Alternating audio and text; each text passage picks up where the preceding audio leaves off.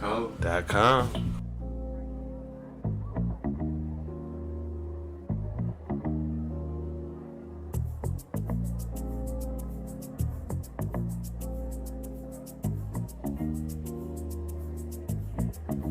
Another session with the bros talk, where the beer's ice cold. Bros talk. Another session with the bros talk. Come and tell us what you know. Bros talk.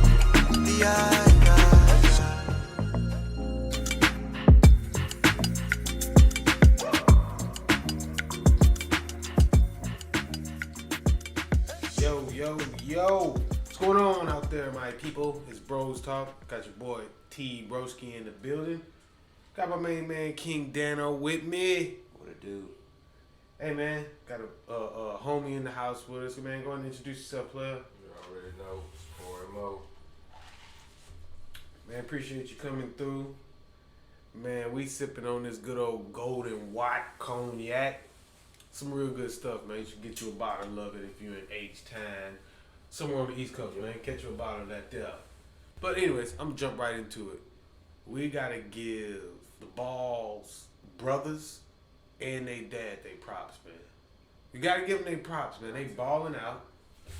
He did exactly what he said he was gonna do, which was get all three of his sons in the NBA. All three of his sons gonna make it to the NBA. Remember when he said that and people was laughing at him? Do it his way. Yeah. He didn't say I'm gonna do it your way. He said I'm gonna do it my way. And remember people was like, "Oh, he crazy for saying that. How you gonna say that? How you gonna blah blah blah." You gotta get that man. LaMelo about to win Rookie of the Year. Man, give him a round of applause for that. Man. Give him a round of applause for that. And I can give. I'm talking. You gotta give his dad the props, man. Like he's a black father, raised 3 black sons. Well, regardless of how light skinned they are, but he raised 3 black sons that are successful. Whether they got longevity in the game by choice or longevity in the game, or they choose to get out the game early, they probably are financially okay for the rest of their life. Hey, let's give them kids credit too. Let's give them all You credit. know what I'm saying? I am. They all believe. Yep. Yeah, all of them. Their dad had a vision and their kids trusted in their dad. And they executed on that. Yep. They put in the work. That is amazing, bro. That is amazing. Shout out to all of them, man. Let's Y'all say, don't watch it, man. Y'all gotta watch the show, man. The show go hard. yeah. If you ain't ever watched it, catch it. It's on Facebook. man, It go hard.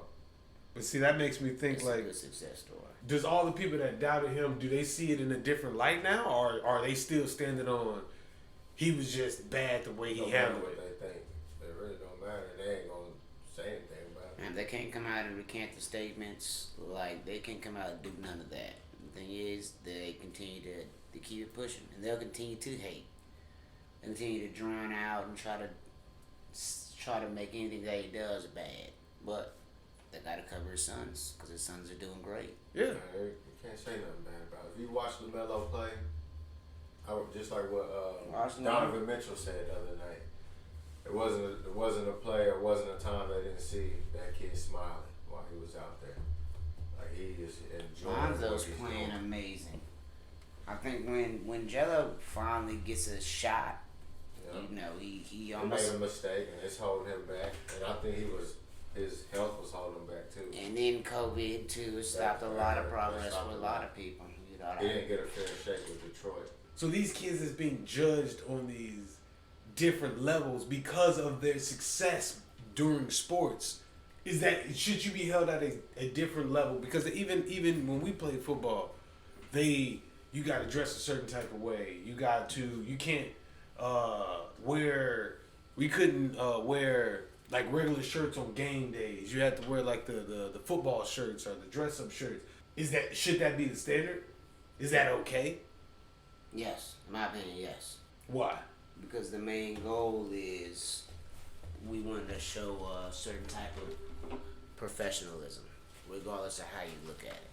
Just in sports in general, there's a certain type of attitude and aura and competitiveness and sportsmanship and all that. And I just think that all of that plays a role into it. So his crime being looked at in a different light or a higher light just because of his status. That's what just comes with the territory.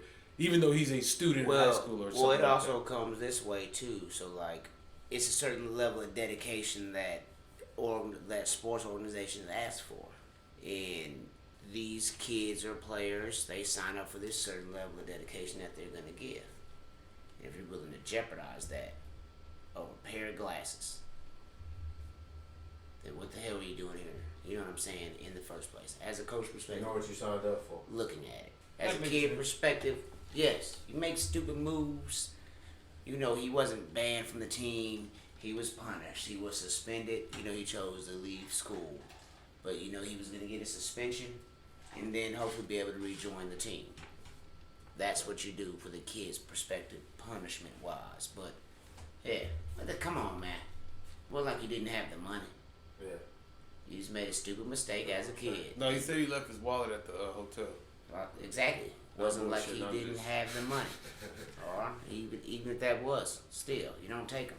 You know what I'm saying? But these kids, new day and age out there with these kids and the what they consider funny. Because, I mean, at one point in time, motherfuckers considered destroying Walmart funny.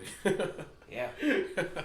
Yeah. I mean, it was. Like, the whole put them in a coffin challenge and running in 7-Eleven and, you know what I'm saying, jumping on the rack, knocking that whole thing down. What you doing? If you the person working in there and somebody come in there and just put them in a coffin, smash through your whole register, or not your register, but your whole little rack. If I was just working there? Yeah. I'm doing this. Nothing. I had a long day. It ain't cleaning it up, I tell you that. So you can start cleaning that shit up, or we chilling. I wouldn't know what I would do. That should be hilarious. That should be hilarious to me. Like, yeah, like really, I wouldn't know honestly. These get down. Like I said, I look at her. Go ahead, you can pick it all up now too. These That shit hilarious. I probably would just suck it up. You'd have no choice, right? Yeah. It's your job. They Yeah, come in, yeah. crash. I'd laugh. Cause the shit funny. And then you just gotta suck it up. Like, I wouldn't be in no hurry to clean it up. That's a call you gotta make to the boss. Like, yo, you're never gonna believe this. Somebody just did this, this, and this. Well, all right, let's get it cleaned up and write some stuff off. Let me look and see what time John come in. About 35 more minutes. What's the worst fast food experience you ever had? Yeah, all of them. Every last one. All of them, bro. They always mess my every time. All of them. Fast food. The worst fast food, it was when we was in high school, man, and I went to McDonald's and got a burger, and they was hooking me up with the burger, and be honest with you, I think they dipped this whole burger in grease, man, like the buns and all.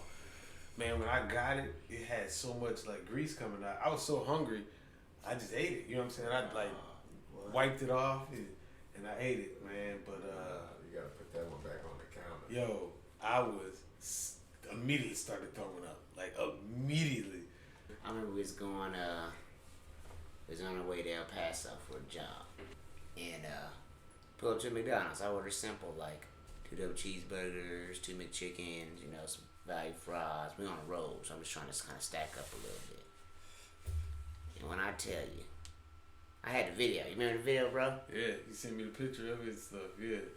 I opened this thing and it was like, bro, when I tell you it was like bun, hamburger meat, bun, chicken, bun, like hamburger meat, more cheese, a bun.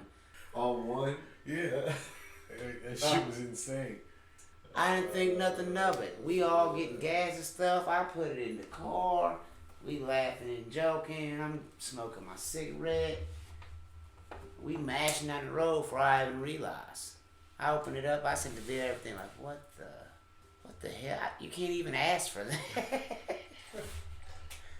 Can't do it. At a restaurant, do you send your plate back? Like if there's an issue with it, you send your plate back, or you just tough through it? I always ask, and I don't want your service anymore.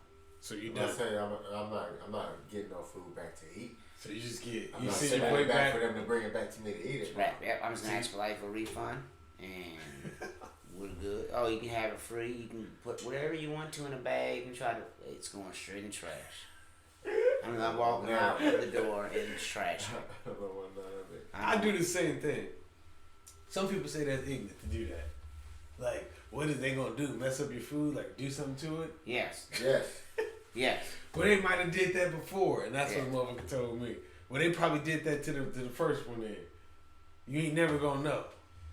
Like, I said, well, in that thought process, I will never eat there. And then that's what I feel like when you make an issue immediately. It's like somebody bring my food back. Chances. Yeah. Yes, somebody's back there. The chances. Yeah, exactly. Cause I already made that shit. Yeah, somebody's back there that you never know what type of day he having. Like literally, buddy got mad. You add to that? Yeah. You add to that stress? I sent one back because the cheese wasn't melted. Like he still ain't got his check yet. Yeah, damn. Yeah, you feel me? 2 days straight. You bring back orders. He got a rebate. Boys ready to fight you over that. Oh shit, man! They already waiting for John to come in. John ain't made it yet. Shit. He was supposed to be out 20 minutes ago. And they talking about I can't leave. like I won't walk out of this month. Hey, what's the worst job you ever had? I know you do, man. Hey, if anybody had like the man of 2,000 jobs, that's Cory Mo. Bro, you up there? Hey. Yeah, I was up there. I was right behind you. I was right behind you. I quit something real fast on your ass, boy, like this. I quit. I've been steady pretty much. Yeah, you got a decent resume. You know, a consistent resume. I do now, but like the worst job I think I've ever had was PSCI, the KP. Doing the KP shit online, we had to wear them big ass stupid shoes and. He was going on post. Yeah, man, I think that was the worst job. Yeah, I think that was, and I mean, you gotta. Me and Poppy.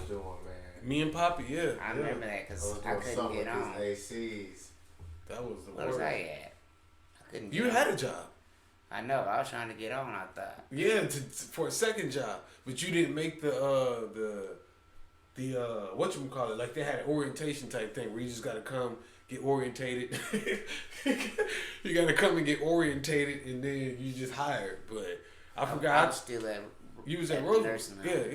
You had a job, so it was like that was like probably. That wasn't the mess hall. That wasn't the good one. Yeah. You got on the mess hall. He was in there. No, all of them sucked.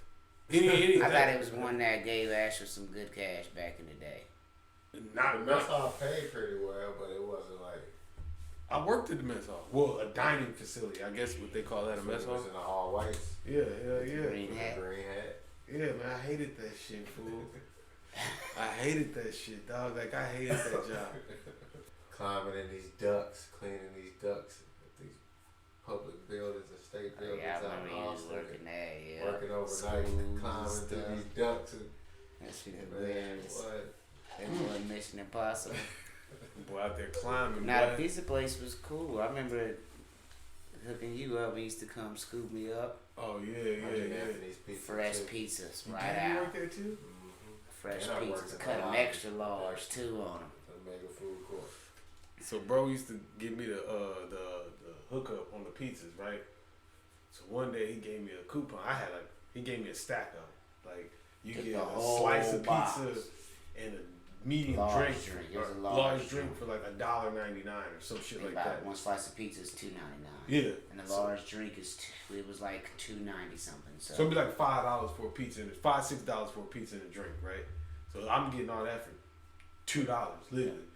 So I go up, I'm like, man, I'm gonna holler at bro. Go up there, he give me a pizza. Now this pizza, if you ever been to Anthony Pizza, you know how big that.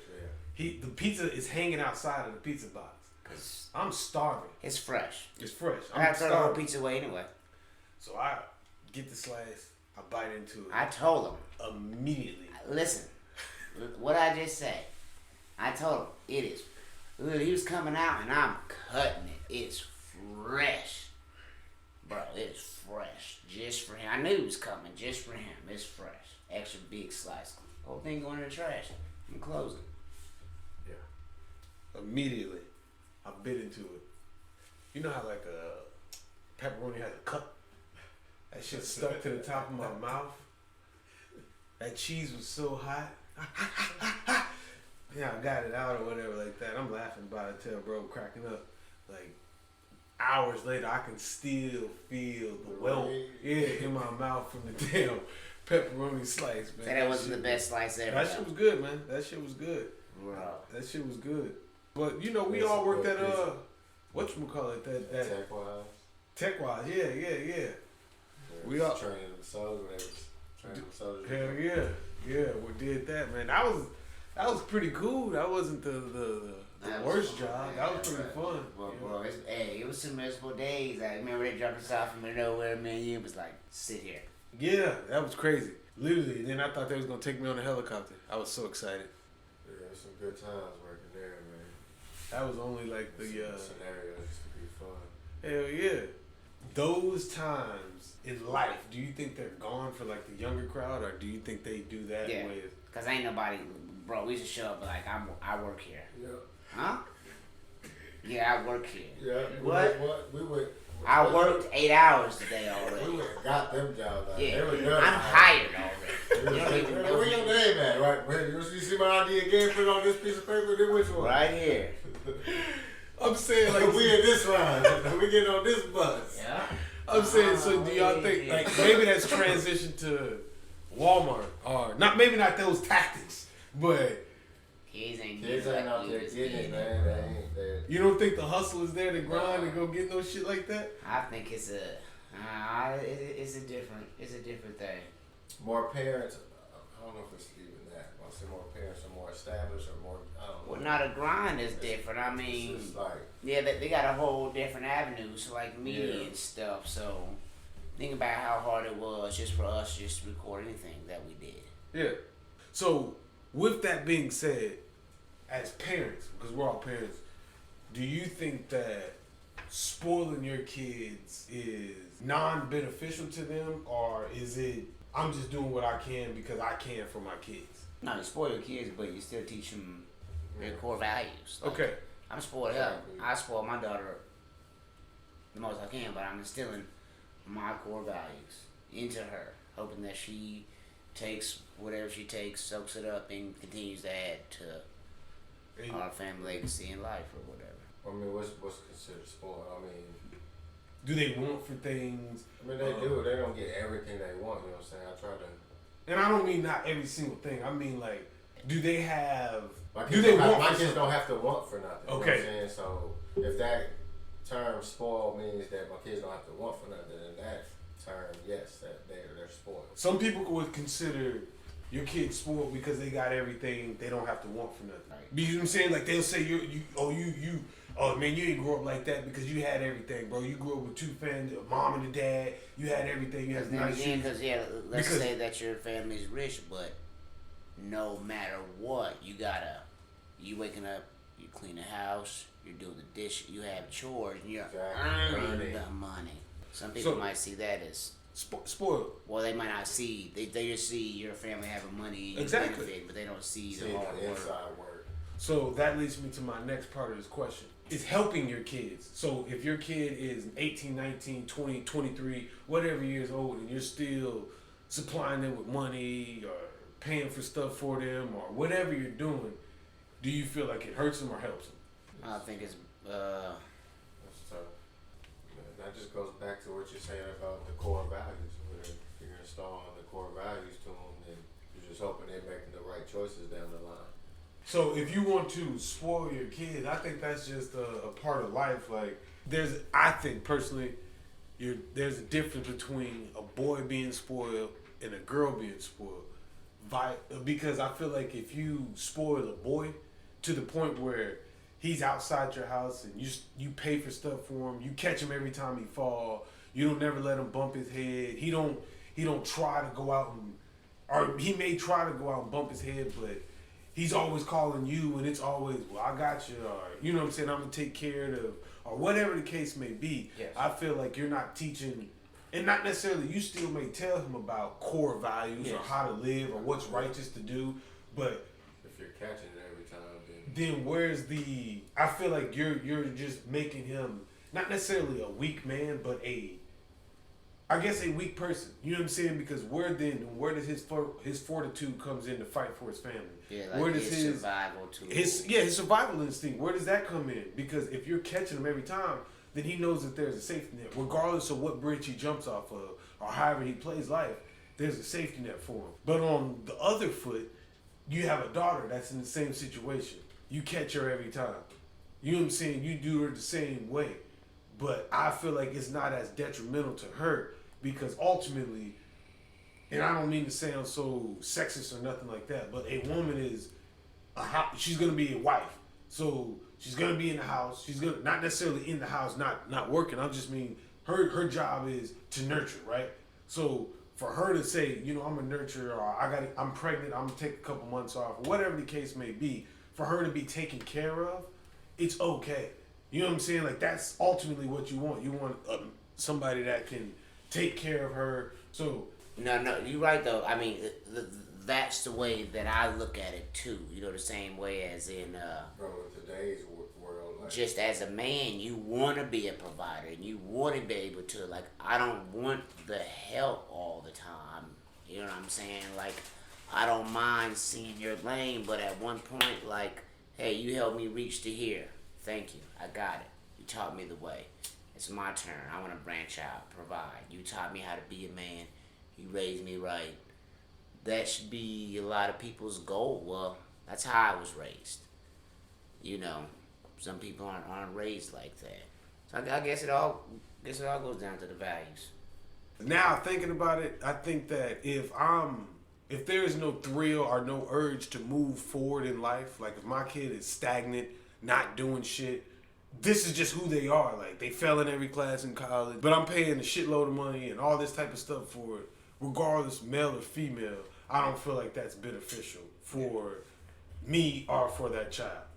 But if my kids are doing something, and I can always help. But I will safety net my daughter a lot more than I would safety net my son. Not saying that I will allow him to fall in a shitty situation. So let's say if he was doing right and your daughter was doing wrong, you know what I'm saying? You wouldn't send her money as well. It wouldn't matter if it was her or him. She was balling out too. If she was doing the same thing he was doing, you'd cut her off. So okay, now you'd I have be to, like, hey. Now we're gonna get real. We're gonna get real personal. The reason I say that is because of the way this world is. Yes. And the possibility of my son being slutted out for money is very unlikely versus my daughter's. So for me, that's the way I think about it. Financially, that is a big pertinent point of life for a lot of people. So if I gather and I have the resources to take care of them, that doesn't mean that my money ain't coming with a lashing, a verbal lashing or some, you know, I may downgrade your car or whatever. I don't know. For me, I just think about somebody being able to, my daughter struggling because she, by choice, she chooses to go out and party or she chooses to do whatever, and then she's late on this or she can't pay that. So she calls me and I'm like, baby girl, I just gave you some money. Like, I'm not sending you no more money. Like, you're going to have to wait till this date because that's when the extra, whatever happened, you're going to have to wait. So in my mind, she goes to some guy's house. Oh my God, you know, my dad wouldn't give me the money and I'm late on my bills. And he's like, oh, well, I know where you can make some money. And then now months later, I don't know where my daughter's at. She's somewhere on Skid Row. You know what I'm saying? I gotta go find her, and then it's gonna be like a miracle story. We make a movie, we get rich off of it. She gets off the drugs.